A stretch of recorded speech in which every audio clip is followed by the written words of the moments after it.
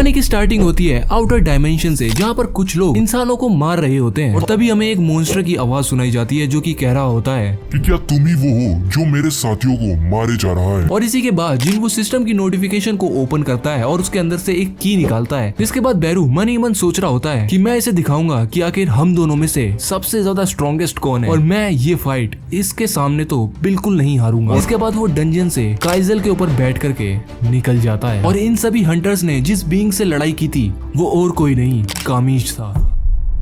तो solo levelling season 2 आए हुए काफी टाइम हो चुका है और सीजन 3 भी डिले हो चुका है। सीजन 3 कब तक आएगा ये तो किसी को नहीं पता, पर सीजन 3 में क्या होने वाला है ये सबको जानना है। सो सीजन 3 की स्टोरी जानने के लिए हमने ये सीरीज स्टार्ट की है जिसमें तुम्हें एपिसोड वाइज सीजन 3 की स्टोरी को डिटेल में बताऊंगा और इस वीडियो के अंदर हम एपिसोड नंबर 1 और 2 को कवर करने वाले हैं। तो कहानी की स्टार्टिंग होती है आउटर डायमेंशन से, जहाँ पर कुछ लोग इंसानों को मार रहे होते हैं और मारते हुए आपस में बात कर रहे होते हैं कि इस बार भी हमें वो नहीं मिला जिसकी हमें तलाश थी। फ्रेगमेंट ऑफ ब्रिलियंट लाइट यहाँ पर भी नहीं है और फिर हमें उस बंदे की शक्ल दिखाई जाती है जो कि देखने में किसी डंजन का मॉन्स्टर लग रहा होता है। और इतने में तभी एक दूसरा बंदा भी वहाँ पर आ जाता है जिससे ये बंदा पूछता है कि आखिर योगमार्ट तुम यहाँ पर कैसे आ गए। जिसपे ये बंदा योगमार्ट को बताता है कि मैं यहाँ पर तुम्हारे लिए एक इन्फॉर्मेशन लेकर के आया हूँ और ये इन्फॉर्मेशन ईस्ट में बसे हुए एक शहर के बारे में है जहाँ पर सुनने में आया है कि रूलर्स प्लान कर रहे हैं कि लीगिया को फ्री करने की वहाँ से साउथ भेज करके। और अभी ये लोग क्या बात कर रहे हैं हो सकता है तुम्हें समझ में ना आ रहा हो, पर धीरे धीरे कहानी में सेंस बनेगा तो बने रहना। जिसके बाद ये बंदा कहता है तो उसी की तलाश में मैं वहाँ पर जा रहा हूँ। जिसपे योगमोंट कहता है तो शैडो मोनार्क का क्या होगा। जिसपे ये बंदा कहता है कि जब तक आर्किटेक्ट अपना एग्रीमेंट तोड़ेगा नहीं तब तक हमें कोई भी प्रॉब्लम नहीं होने वाली है। और इस सब के अलावा मेरे पास एक और इन्फॉर्मेशन है जो तुम्हें काफी ज्यादा सेटिस्फाई कर सकती है कि सुनने में आया है greatest fragment of brilliant light वहीं पर है। जिसपे योगमोंट कहता है कि मैं काफी ज्यादा इम्प्रेस हुआ कि ये इन्फॉर्मेशन तुम मेरे सामने पर्सनली लेकर के आए और अगर तुम चाहते हो कि ये अपॉर्चुनिटी को मैं अपने हाथों से संभालूं तो मुझे ये ऑफर मंजूर है। इतने में यहाँ पर एक और आदमी आता है जिसका ऑरा काफी ज्यादा ऑफ फील होता है योगमोंट को, जहाँ पर योगमोंट समझ जाता है कि उसे यहाँ पर जानबूझ करके बुलाया गया है क्योंकि फ्रेगमेंट्स की पावर होने के बाद कोई भी इतने सारे ट्रेसेस नहीं छोड़ेगा। जिसके बाद वो बंदा योगमोंट से पूछता है कि ईस्ट में जो लैंड है क्या तुम साउथ कोरिया की बात कर रहे हो। जिसपे योगमोंट कहता है कि हम किसी के भी बारे में बात कर रहे हो तुझे उससे क्या। जिसपे वो पीछे वाला बंदा कहता है कि मोनार्क ऑफ फ्रॉस्ट हमारे पास इतना टाइम नहीं है कि हम इस वीकलिंग से यहाँ पर बात करें, हमें कहीं जाना है। जिसके बाद योगमोंट यानी कि मोनार्क ऑफ फ्रॉस्ट पोर्टल में जाने लगता है। तभी इतने में वो बंदा मोनार्क ऑफ फ्रॉस्ट पर हमला करने के लिए आ जाता है और इनकी यहाँ पर फाइट होती है। तभी यहाँ पर सीन चेंज हो जाता है और हमें एक रेड डंजन गेट दिखाया जाता है जो कि कोरिया में अपीयर हो चुका है। और तभी हमें एक मॉन्स्टर की आवाज सुनाई जाती है जो कि कह रहा होता है कि क्या तुम ही वो हो जो मेरे साथियों को मारे जा रहा है। मैं काफी ज्यादा इम्प्रेस हुआ कि तुम जैसा पिद्दी सा इंसान मेरे इस डंजन में इतना अंदर तक आ पाया और इस सब के अलावा तुम हमारी भाषा बोल रहे हो, ये सुन के मुझे काफी अच्छा लगा। और फिर हमें दिखाया जाता है ये मॉन्स्टर और किसी से नहीं जिन्वू से बात कर रहा था और जिन्वू इस डंजन में इस मॉन्स्टर को मारने के लिए आया था। और इतना सब बोलने के बाद ये मॉन्स्टर जिन्वू को देखता है और जिन्वू इसे देख करके कहता है कि तुम काफी ज्यादा फनी हो। और इसी के बाद जिन्वू कहता है अराइज और उसकी शैडो आर्मी वहां पर समन होना स्टार्ट हो जाती है। जिसे देख करके वो मॉन्स्टर थोड़ा तो सरप्राइज होता है पर उसे अपनी सेना पर काफी ज्यादा कॉन्फिडेंस होता है तो वो डरता तो बिल्कुल भी नहीं है। जिसे देखने के बाद ही जिन्वू कहता है कि अब खेल शुरू होता है। जिसके बाद उसकी शैडो आर्मी लिटरली पूरी तरह उस मॉन्स्टर की आर्मी को तबाह करना स्टार्ट कर देती है। जिन्वू लिटरली अपनी एक उंगली तक नहीं उठाता है और बस चलता जाता है और उसकी पूरी शैडो आर्मी उस मॉन्स्टर की आर्मी को खत्म कर डालती है। जिसे देख करके वो मॉन्स्टर काफी ज्यादा गुस्से में आ जाता है लेकिन जिन्वू तब भी कुछ नहीं करता, सिर्फ उसे देखता है। तभी इतने में पीछे से बैरू और इग्रिस दोनों काफी तेजी से उस मॉन्स्टर की सेना को खत्म करते हुए आगे बढ़ रहे होते हैं। और तभी टस्क भी उस मॉन्स्टर पर अपना मैजिक करना स्टार्ट कर देता है जिससे वो लिटरली जमीन में धंसना स्टार्ट हो जाता है और इस स्किल का नाम होता है ग्रेविटी एक्सीलरेशन। जिसके बाद हमें एक आंख के अंदर जिन्वू की शैडो दिखाई जाती है और तुम्हें पता है ये किसकी आंख होगी। और यहाँ पर जिन्वू पूछता है कि अब मेरे सवालों का जवाब दो और अगर तुमने मेरे साथ कोऑपरेट किया तो मैं इस सब को तुम्हारे लिए लेस पेनफुल बना सकता हूँ। जिसपे वो मॉन्स्टर कुछ बोलता ही नहीं है तो जिन्वू उसे मार डालता है और कहता है कि आखिरकार मुझे इससे भी कुछ जानने को नहीं मिला। लगता है सिस्टम ने दोबारा से हमारे बीच इंटरफियर किया है। पर खैर जो भी हो, मैं सब कुछ जान ही लूंगा, अभी नहीं तो बाद में ही सही। और इसी के बाद जिन्वू सिस्टम की नोटिफिकेशन को ओपन करता है और उसके अंदर से एक की निकालता है और कहता है कि ये की मैंने कर्स्ड रैंडम लूट बॉक्स से ऑब्टेन करी थी। जब मैं जेजू आइलैंड में 100th रैंक पर आ गया था, तब मैंने इसकी सारी रिक्वायरमेंट्स को फुलफिल कर दिया था और इस की मदद से मैं कार्टेनन टेम्पल, जहाँ से ये सब कुछ शुरू हुआ था, वहाँ पर जा सकता हूँ और उस जगह को तो मैं चाहकर भी नहीं भूल सकता। लगता है सिस्टम मुझे दोबारा से वापस बुला रहा है, पर अब मैं वो वाला जिन्वू नहीं रहा जो पहले कभी हुआ करता था। लगता है ये सब पहले से ही प्लान था, कोई मेरे लौटने का इंतजार कर रहा है। और इसी के बाद सीन चेंज होकर के जिन्हो को दिखाया जाता है, जो कि लिटरली जिन्वू की पीआर को संभाल रहा होता है। जो कोई भी बंदा जिन्वू के बारे में बुरा बोल रहा होता है, वो सारे कमेंट्स डिलीट कर रहा होता है और काफी ज्यादा फ्रस्ट्रेट हो चुका होता है। जिसके बाद ही जिन्वू उसके पीछे आकर के उससे थैंक यू बोलता है कि तुम इतना हार्ड वर्क कर रहे हो, उसके लिए थैंक यू। तभी जिन्वू जिन्हो को वो माना क्रिस्टल्स दिखाता है जो कि वो माइन कर रहा था इतने टाइम से। और जिन्वू कहता है कि इतने माना क्रिस्टल्स तो काफी होंगे अपनी एक गिल्ड खड़ी करने के लिए।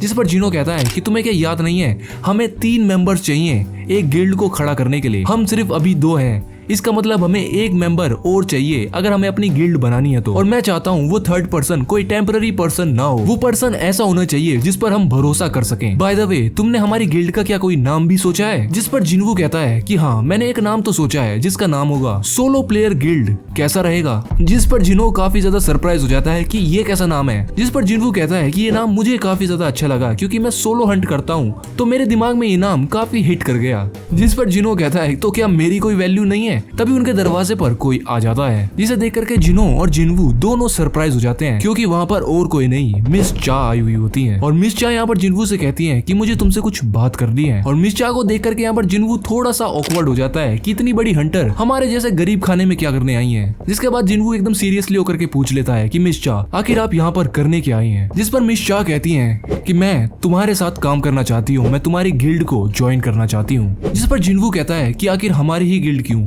हमारी गिल्ड तो अभी पूरी तरह से बनी भी नहीं है, आपका यहाँ पर आने में कोई फायदा भी नहीं होगा। जिसके बाद जिन्वू नोटिस करता है कि मिस चा की हार्ट बीट काफी ज्यादा फास्ट हो चुकी होती है और वो जिन्वू से आंखें भी नहीं मिला रही होती हैं। तो जिन्वू समझ जाता है कि जरूर कुछ गड़बड़ है। जिसके बाद ही जिन्वू कहता है कि मुझे पूरा भरोसा है कि आपका कॉन्ट्रैक्ट हंटर्स गिल्ड के साथ अभी पूरा भी नहीं हुआ होगा। तभी जिन्वू को बीच में टोकते हुए मिस चा कहती है कि मेरे पास बहुत पैसा है पेनल्टी भरने के लिए, अगर मैं कॉन्ट्रैक्ट तोड़ती भी हूँ तो मैं पेनल्टी आराम से भर दूंगी, मुझे बस तुम्हारी ही गिल्ड ज्वाइन करनी है। तभी हमें दिखाया जाता है कि मिस चा को कैसे पता चला था कि जिन्वू ने उनकी मदद की थी, जो कि और किसी ने नहीं, गो गन ही ने बताई थी, जो कि और कोई नहीं, कोरियन एस रैंक हंटर और चेयरमैन है कोरियन हंटर एसोसिएशन के। और ये सुनने के बाद वो जिन्वू से काफी ज्यादा इंप्रेस हो चुकी थी और बस इसीलिए उन्हें जिन्वू की गिल्ड ज्वाइन करनी है।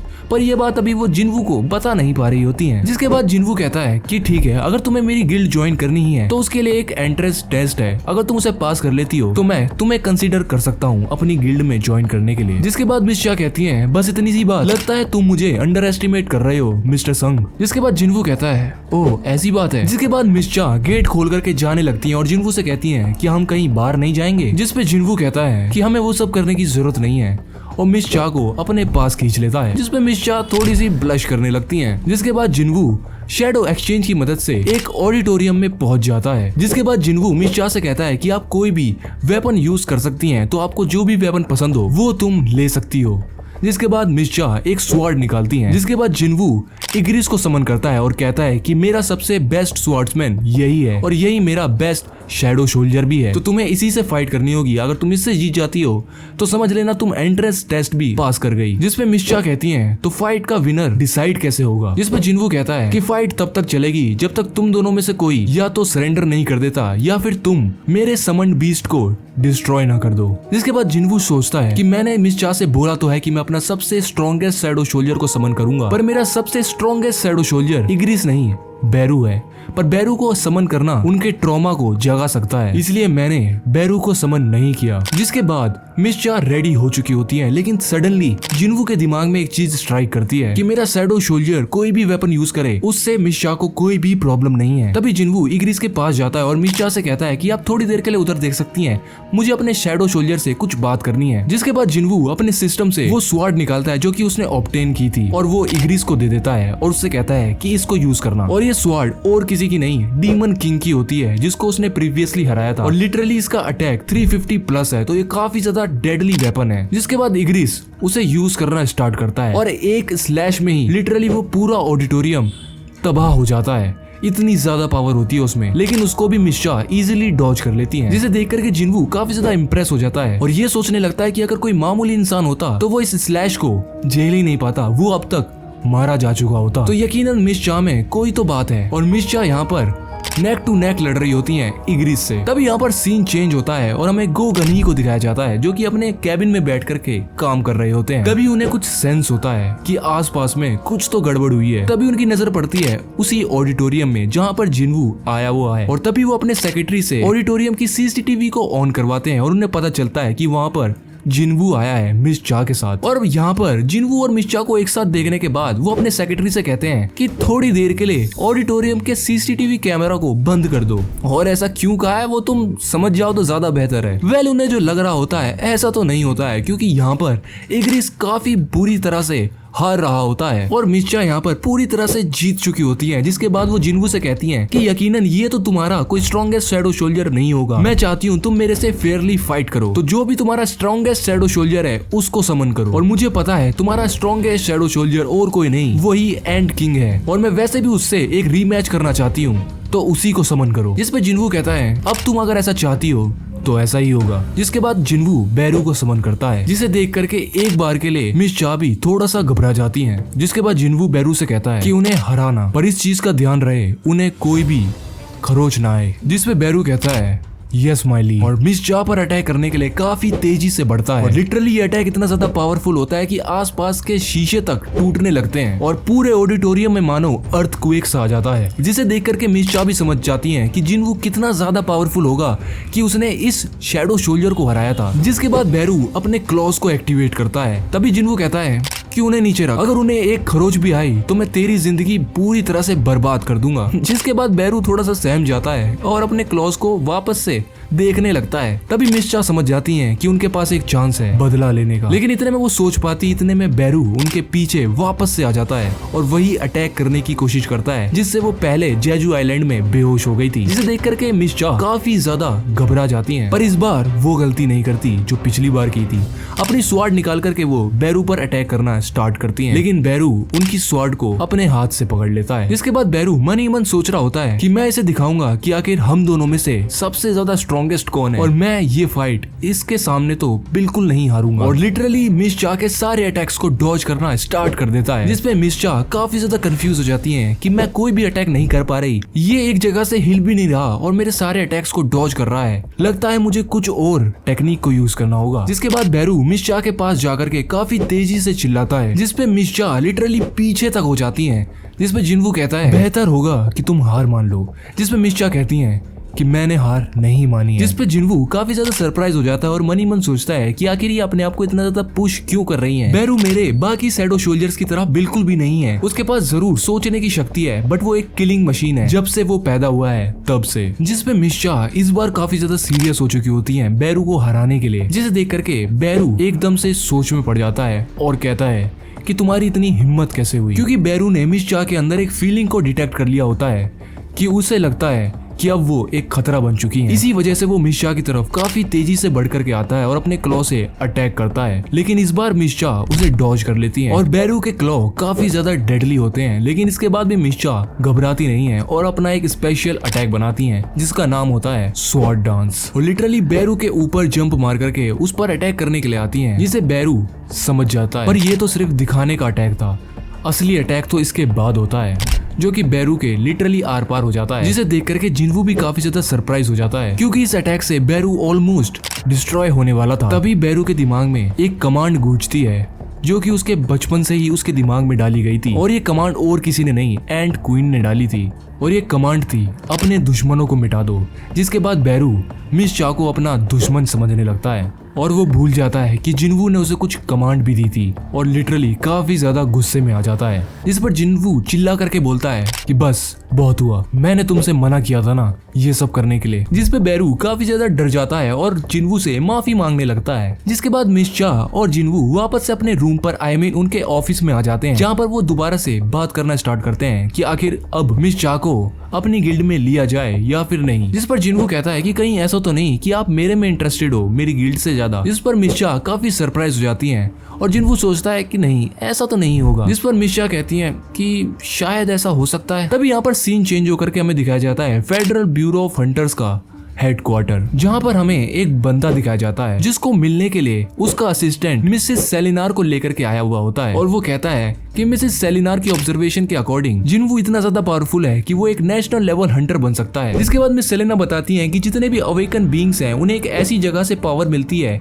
जिसे हम दी अदर साइड बोलते हैं और इन्हीं दो जगहों के बीच के कनेक्शन को मैं महसूस कर पाती हूँ। और जनरली जब भी मैं किसी अवेकन बीइंग से मिलती हूँ तो उसका ऑरा यानी कि उसके अंदर का वो जो कनेक्शन होता है वो इतना ज्यादा ब्राइट होता है कि देखने से लगता है कि मैं किसी लाइट को देख रही हूँ। और ऐसे ही लोगों को मैं किंग्स कहकर के बुलाती हूँ, पर इस केस में मैंने कोई भी कनेक्शन महसूस नहीं किया। जब मैंने जिनवू की आंखों में देखा तो मैंने डार्कनेस महसूस की थी। पहले मुझे लगा कि वो उसके अंदर की डार्कनेस है, पर अब मैं पूरी तरह समझ चुकी हूँ कि वो ही डार्कनेस है। जिसके बाद वो बंदा कहता है कि क्या तुम ये कहना चाह रही हो कि जिनवू एक बुरा आदमी है। जिसके बाद मिस सेलेना कहती है कि मैं ये नहीं कहना चाह रही कि वो एक अच्छा आदमी है या फिर एक बुरा, बस मैं ये बता रही हूँ कि उसके अंदर जरूर कुछ गड़बड़ी है। वो आम हंटर्स की तरह उस कनेक्शन से पावर को ऑब्टेन नहीं करता है, जिसका मतलब उसकी पावर की कोई लिमिट ही नहीं है। जिसके बाद वो बंदा कहता है कि मिस सेलेना आपको शायद आराम की जरूरत है, मैं आपसे बाद में बात करता हूँ। और अपने असिस्टेंट को लेकर के बेसमेंट 4 की तरफ जाने लगता है। जिसके बाद वो अपने असिस्टेंट से कहता है कि अगर हम मिस सेलेना की मदद से मिस्टर जिनवू को अपनी गिल्ड के अंदर रिक्रूट नहीं कर सकते तो हमें कोई जरूर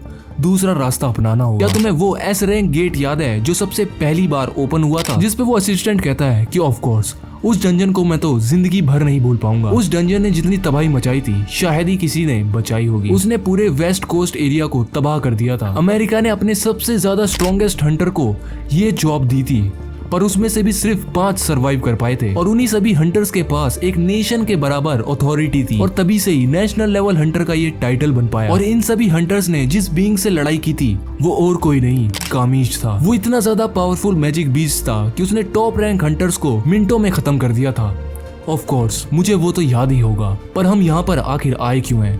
जिसके बाद वो बंदा कहता है कि खुद देख लो। जिसके बाद हमें दिखाया जाता है कामिश का रूइन स्टोन जो कि उसके मरने के बाद उन्हें मिला था। जिसके बाद ये बंदा बताता है कि ये रूइन स्टोन आज तक एक ऐसे मेस हंटर को ढूंढ रहा है जो इसकी पावर को पूरी तरह से यूटिलाइज कर सके। जिसके बाद वो असिस्टेंट कहता है कि मैं समझ गया, आखिर आप कहना क्या चाहते हैं। जिसके बाद हमें मिस चा दिखाई जाती है जो कि करवटें बदल रही होती हैं। I mean, जिनवू के बारे में सोच रही होती हैं और कहती हैं कि आखिर मुझे ये सब क्यों याद आ रहा है। और इसी के बाद मिस चा को एक सपना आता है जहाँ पर सपने में उनकी सोल एक आउटर डायमेंशन में जा चुकी होती है जहाँ पर उनका पीछा कोई और कर रहा होता है। और देखने में ऐसा लगता है कि वो जिनवू का कोई शैडो सोल्जर है जो कि मिस चा का हाथ पकड़ लेता है और अपनी तरफ खींचता है और मिस चा से कहता है कि प्लीज उन्हें बताना कि उन्हें सावधान रहने की जरूरत है। और ये बंदा और कोई नहीं वही बंदा होता है जो कि जेजू आइलैंड में हमने देखा था, जो कि मिस चा से कहता है कि मिस्टर जिनवू को अपनी ही अंदर की पावर से बच के रहना होगा, उन्हें ये बात जरूर बता देना। इसके बाद मिस चा डरते हुए उठ जाती हैं और तभी यहाँ पर सीन चेंज होकर के हमें दिखाया जाता है नाइट गिल्ड को, जिन्हें अभी अभी पता चला है कि कुछ टाइम पहले ही एक नया डंजन गेट अपीयर हुआ है और उसकी रैंक इतनी ज्यादा है कि वो अकेले इसको हैंडल नहीं कर सकते। उन्हें जरूर किसी की मदद लेनी होगी, लेकिन अगर वो किसी और गिल्ड से मदद लेंगे तो वो गिल्ड भी अपना शेयर मांगेगी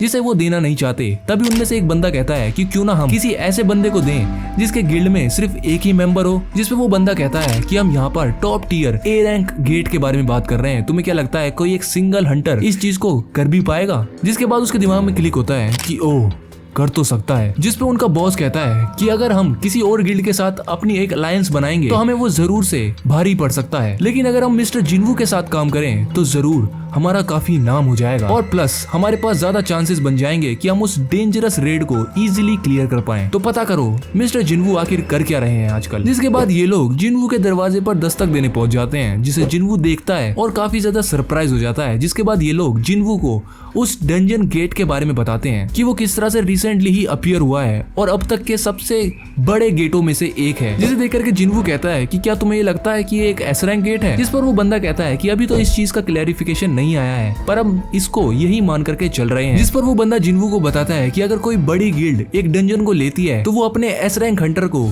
ज्यादा से ज्यादा 10% का प्रॉफिट शेयर देते हैं, पर हम आपको 20% का देंगे। जिस पर जिन्वू कहता है कि उसको 50-50 कर लेते हैं। जिस पर वो बंदा कहता है एक्सक्यूज मी, आप आखिर कह क्या रहे हैं? जिसके बाद जिन्वू उस बंदे से कहता है कि मैं तुम्हारे साथ सिर्फ तभी काम करूंगा जब तुम मुझे एक इंडिविजुअल हंटर की तरह नहीं, एक गिल्ड की तरह देखोगे, क्योंकि अब मैं अपनी एक गिल्ड स्टार्ट कर रहा हूँ। जिसपे वो बंदा कहता है ठीक है फिर, पर बदले में हम चाहते हैं कि आप उस डंजन बॉस को हमारे लिए मार डालें। क्या आप हमारे लिए ऐसा कर पाएंगे? जिस पर जिन्वू कहता है कि ऑफ कोर्स मैं ये तो कर ही सकता हूँ। जिसके बाद सीन चेंज होकर के हमें वही गेट दिखाया जाता है जो कि रिसेंटली अपीयर हुआ है और वो कितना ज्यादा बड़ा है तुम खुद देख सकते हो। और इस गेट को एंटर करने के लिए काफी सारे हंटर्स आए हुए होते हैं। बेसिकली काफी सारी गिल्ड ने अपने हंटर्स भेजे होते हैं इस रेड को सक्सेसफुली कंप्लीट करने के लिए। लेकिन यहाँ पर जिन्वू घर में बैठे बैठे सोच रहा होता है कि क्या जिन्हा अपने साथ अम्ब्रेला लेकर के गई होगी या फिर नहीं। तभी सीन चेंज होकर के हमें एक स्कूल को दिखाया जाता है जहाँ पर स्टूडेंट्स आपस में बात कर रहे होते हैं और आपस में बात करते हुए वो एक क्लास में एंटर कर लेते हैं। तभी उनकी नजर पड़ती है कि वहाँ पर एक और डंजन गेट अपीयर हो चुका है। तभी इस गेट को देख करके उनमें से एक स्टूडेंट बोलता है कि घबराओ मत यार, ये तो काफी टाइम पहले ही बंद हो चुका है, तो ये टोटली सेफ है और वैसे भी सिर्फ हंटर्स ही इस गेट को पास कर सकते हैं, तो हमें यहाँ पर कुछ भी नहीं होने वाला, तो घबराने की यहाँ पर कोई भी बात नहीं है। तभी वो डंजन ब्रेक हो जाता है। तभी उसमें से एक हाथ निकलता है और उसी स्टूडेंट को सर से पकड़ लेता है और उसके सर को पूरी तरह से कुचल देता है, जिसे देख करके वो दो स्टूडेंट्स भी काफी ज्यादा डर जाते हैं। और उस डंजन से बाहर आता है एक ग्रीन मॉन्स्टर और इन मॉन्स्टर्स को इंसानी खून और उनका मांस काफी ज्यादा पसंद होता है और उसी को सूंघते हुए वो समझ जाते हैं कि इस बिल्डिंग के अंदर काफी सारे ह्यूमंस हैं, जिनमें से एक मॉन्स्टर ऊपर देखता है और वो समझ जाता है कि काफी सारे लोग ऊपर वाले फ्लोर पर हैं और देखने में ऐसा लगता है कि ये बिल्डिंग कोई कैसल की तरह बनाई गई है जिसमें काफी सारे लेवल्स हैं। तभी वो बंदा कहता है कि मैं हंटिंग पर जा रहा हूँ, जाओ जाकर के हमारे भाइयों को भी बुला लो। और पूरे स्कूल में जितने भी स्टूडेंट्स होते हैं उन्हें वो ढूंढ ढूंढ कर मारना स्टार्ट कर देता है। तभी सीन चेंज होता है और हमें दिखाया जाता है कि जिन्वू उस लोकेशन पर आ चुका होता है जहाँ पर उसको बुलाया गया था, बेसिकली उसी बड़े वाले डंजन गेट पर, जिसे देख करके जिन्वू भी कहता है कि सरप्राइजिंगली ये गेट काफी ज्यादा बड़ा है, आज तक मैंने इतना बड़ा गेट तो नहीं देखा। तभी वहाँ पर जिन्वू को देख करके काफी सारी भीड़ मच जाती है। इसी के बाद दोबारा से सीन चेंज होता है और हमें दिखाया जाता है हंटर्स एसोसिएशन के अंदर, जहाँ पर एक लड़की का फोन आता है, जहाँ पर एक लड़की उसका फोन उठाती है और उससे कहती है कि हम आपकी कैसे मदद कर सकते हैं। तभी दूसरी तरफ से वो लड़की कहती है कि यहाँ पर मॉन्स्टर्स आ चुके हैं, मैं यहाँ बाथरूम में छिपी हुई हूँ और यहाँ पर सारे मॉन्स्टर्स बाकी सारे स्टूडेंट्स को मार रहे हैं, प्लीज हमारी मदद करो। जिस पर वो लड़की पूछती है कि उन मॉन्स्टर्स के बारे में बताइए, आखिर वो किस तरह के हैं। जिस पर वो लड़की बताती है कि वो मॉन्स्टर्स हरे कलर के हैं, अपने साथ वेपन्स को कैरी कर रहे हैं। जिस पर वो लड़की समझ जाती है कि वो जरूर वो ऑर्क्स होंगे और वो उस लड़की को कहती है कि जल्दी से वहां से भागो, वहां पर रहना सेफ नहीं है। पर इससे पहले वो कुछ कर पाती, वहां पर वो ऑर्क आ जाता है और उस लड़की को मार डालता है और जितने स्टूडेंट्स बचे हुए होते हैं वो एक क्लास में जाके छुप जाते हैं और उस ऑर्क से लड़ने का इंतजार कर रहे होते हैं। तभी वो ऑर्क गेट तोड़ करके उस क्लास के अंदर आ जाता है, जिसे देख करके उनमें से एक स्टूडेंट खिड़की से कूदने का ट्राई करता है, लेकिन एक ऑर्क खिड़की से ही अंदर आके उसको मार डालता है। और इसी के बाद हमें दिखाया जाता है कि यहाँ पर जिन्वू की बहन जिन्हा भी है और वो जिन्वू का ही नाम पुकार रही होती है। तुम लोग यहाँ पर एक बात सोचो कि जब जिन्वू के देश के हंटर्स जेजू आइलैंड में मारे जा रहे थे तब उसने उस रेड को ज्वाइन किया था और लिटरली वहाँ के एंड किंग को काफी बुरी मौत मारा था। पर अब यहाँ पर देश की नहीं उसकी ही बहन की बात है, तो वो इन हाई ऑर्क्स को किस तरह मारेगा। तभी उनमें से एक ऑर्क जिन्हा की तरफ देखता है और उसे एक पावरफुल प्रेजेंस फील होती है, जिसे वो खतरा समझ करके जिन्हा पर अटैक करने आता है। तभी जिन्हा की शैडो से एक शैडो सोल्जर समन होता है जो कि और कोई नहीं एक हाई ऑर्क ही होता है, जो कि ग्रीन वाले ऑर्क को इतना जोरदार पंच मारता है कि वो लिटरली स्कूल की बिल्डिंग के बाहर जाके गिरता है और देखते ही देखते वहाँ पे हाई ऑर्क्स की आर्मी समन हो जाती है। तभी हमें दूसरी सीन दिखाया जाता है जहाँ पर जिन्वू ने भी डंजन में एंट्री ले ली है। और इस डंजन में जिनवू के साथ जिन भी हंटर्स ने ज्वाइन किया होता है वो इस डंजन को काफी अच्छे तरीके से हैंडल कर रहे होते हैं। लिटरली जिनवू को यहाँ पर ज्यादा कुछ काम करने की जरूरत नहीं पड़ती है। तभी उनमें से एक हंटर कहता है कि यहाँ पर कुछ तो जरूर गड़बड़ है। मुझे पता था ये रेड इजी नहीं होने वाली है, पर मैंने एक्सपेक्ट नहीं किया था कि डंजन को एंटर करते ही हमें एक ट्विन हेडेड ऑर्च को मारना पड़ेगा। ये डंजन वो नहीं है जो हम सोच रहे हैं। क्या तुम्हें पता है ऐसे ट्विन हेडेड ऑर्च को क्या बोला जाता है? जिस पर जिनवू कहता है कि हाँ, ग्रेव कीपर्स। और जहाँ तक मुझे पता है कि अगर किसी डंजन में एंटर करते ही तुम्हें ग्रेव कीपर्स मिल जाते हैं तो उस डंजन में तुम्हें आर्मी ऑफ अनडेड का भी सामना करना पड़ता है। और देखते ही देखते वहाँ पर आर्मी ऑफ अनडेड भी समन हो जाती है, जिसे देख करके जिनवू काफी ज्यादा डिसअपॉइंट हो जाता है, क्योंकि उसने एक्सपेक्ट किया था कि एक ए रैंक डंजन है तो यहाँ पर उसे ज्यादा बड़े खतरों का सामना करने को मिलेगा। लेकिन तभी जिनवू को कुछ स्ट्राइक करता है। उसे सेंस होता है कि उसकी शैडो आर्मी किसी से फाइट कर रही है और जहाँ से ये सिग्नल्स आ रहे होते हैं वो जिन्हा का स्कूल होता है। तो वो समझ जाता है कि जरूर जिन्हा के साथ कोई दिक्कत हुई है। तभी जिनवू वहाँ के सभी हंटर से कहता है कि मुझे एक अर्जेंट काम आ चुका है तो मुझे यहाँ से जाना होगा। तभी वो सारे हंटर्स कहते हैं कि तुम्हारे बिना हम लोग काफी बड़े खतरे में आ जाएंगे, हम ऐसा नहीं चाहते, वैसे भी तुम यहाँ पर हमें प्रोटेक्ट करने आए थे, है ना? जिसके बाद जिनवू कहता है कि अगर ऐसी ही बात है तो मैं मेरे ही बराबर के किसी बंदे को छोड़ करके जाऊंगा तो वो तुम लोगों का ख्याल रख लेगा, फिलहाल मुझे यहाँ से जाना होगा। और वो समन करता है बैरू को, जिसके बाद बैरू को देख करके बाकी सारे हंटर्स समझ जाते हैं कि ये और कोई नहीं वही एंड किंग है जिससे जिनवू ने जेजू आइलैंड में फाइट की थी। जिसके बाद जिनवू कहता है कि अब इंट्रोडक्शन की तो कोई जरूरत ही नहीं है, तुम्हें पता है ये कितना कैपेबल है, ये तुम लोगों का ख्याल रख लेगा। जिसके बाद जिनवू बैरू से कहता है कि मैं चाहता हूँ तुम इन इंसानों को प्रोटेक्ट करो, बाकी जो सामने आए उसको खत्म कर डालो। जिसके बाद बैरू एक खतरनाक रॉर मारता है, लेकिन इस सब से भी बाकी सारे हंटर्स इंप्रेस नहीं होते हैं। वो तब भी जिनवू से कहते हैं कि आप नहीं रुक सकते क्या? जिस पे जिनवू कहता है कि मैंने बोला ना, मुझे इम्पोर्टेंट काम आ गया है। और यहाँ पर जिनवू शैडो एक्सचेंज को यूज नहीं कर सकता क्योंकि उसने अभी अभी शैडो एक्सचेंज को यूज किया था, तो अभी उसमें ऑलमोस्ट 1.5 घंटा बचा हुआ है। तो जिनवू फटाफट से भाग के इस डंजन से बाहर निकलने की कोशिश करता है और भागते हुए उसके सामने आ जाती है आर्मी ऑफ अनडेड, जिन्हें मारने के लिए वो अपने डैगर्स निकाल देता है। लेकिन तभी वो कुछ नोटिस करता है कि उसके सामने जितने भी आर्मी ऑफ अनडेड है वो अपना घुटना टिकाए हुए बैठे हैं। इसके बाद जिनवू सोचता है कि ये लोग मेरे सामने घुटना क्यों टिकाए हुए बैठे हैं, कहीं ऐसा तो नहीं कि मैं एक हाई क्लास नेक्रोमेंसर हूँ जिसके पास एबिलिटी है अनडेड को कमांड करने की। जिसके बाद वो कहता है कि खैर जो कुछ भी हो मुझे यहाँ से फटाफट निकलना होगा जिन्हा की तरफ। जिसके बाद वो डंजन से काइजल के ऊपर बैठ करके निकल जाता है और काइजल से कहता है जिन्हा की तरफ लेकर के चलो। जिस पर काइजल काफी खतरनाक रोर मारता है और तेजी से उड़ जाता है। वेल अब आगे क्या होगा ये तो हम नेक्स्ट वीडियो में जानेंगे। तब तक के लिए इस वीडियो को लाइक करके चैनल को सब्सक्राइब कर देना।